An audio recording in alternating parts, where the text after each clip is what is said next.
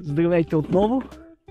Днес ще покрия междуредието, пътеките с дървесни стърготини, защото е много горещо и по този начин ще предпазиме земята да не е изложена директно на слънце.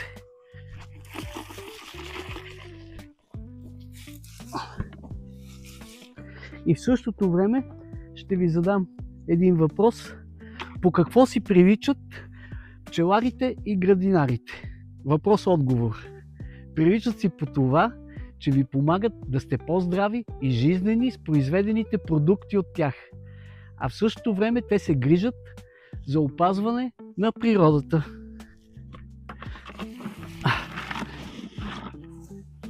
Айде още малко, ето тук ще сложа.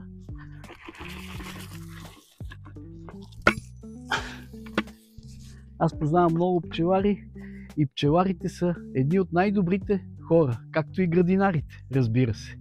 Без да си завиждаме. Само с най-добри пожелания към всички, които се грижат за природата.